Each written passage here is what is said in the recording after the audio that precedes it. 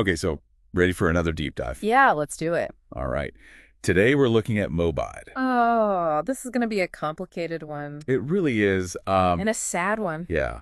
For anyone who somehow doesn't know, Mobad was a musician, a rising star in Nigeria, and his death has been sparking a ton of questions. Yeah, tons of questions, a lot of controversy. So the excerpt we're looking at today focuses on an accusation.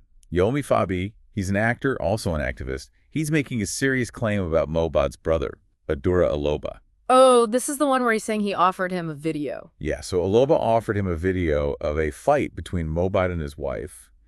And, well, Fabi says the fight led to Mobad falling down some stairs. And hurting his head. Yeah, and this was before Mobad died. Right, which everyone's still trying to figure out what happened. Exactly. So it's like if this video actually exists, it could be a huge piece of the puzzle. Oh, absolutely. Wow. I mean, it makes you think, like, if the brother was willing to sell a video like that, something so personal, what's going on there? What's the motivation? Exactly. Was there something, did someone try to hide something about Mobad's death? And what about Fabi? Why would he even say anything about this offer publicly? Yeah, what's he trying to do? It's a lot to unpack. A lot of moving pieces in this one. Definitely. And the first thing that jumps out at me is how this could affect the investigation. Oh, 100%. The police are going to want to see this video. If it's real, like, did it have anything to do with how Mobad died? Right. Like what actually happened during this fight? How badly was he hurt? Right, like any of that connect to his death later. Yeah, I mean, this could completely change the investigation. Totally. And the other thing is, what was Aloba thinking? The brother.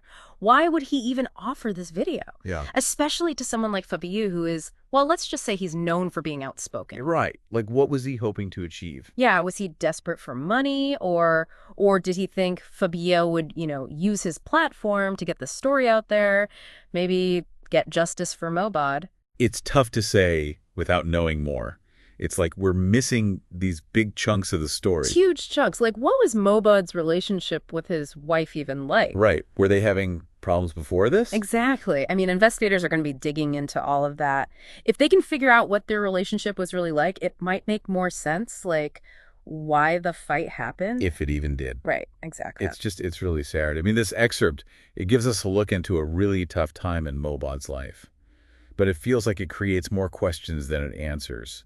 Yeah. And the fact that all this is coming out now, after he's gone, it just adds another layer of tragedy. Totally. And it really makes you think about how we deal with, sensitive information, like especially in this day and age, everyone's got a camera, things get shared online so quickly. And with someone like Mobad, a public figure, it's like, how do you balance the public's right to know with protecting someone's privacy? Especially in a situation where there's grief and loss involved. Yeah, and the potential for, well, exploitation. Right, absolutely. I mean, this whole thing, it really highlights how important it is to think critically, look at everything from different angles, and not jump to conclusions. Especially in a case like this with so much emotion involved.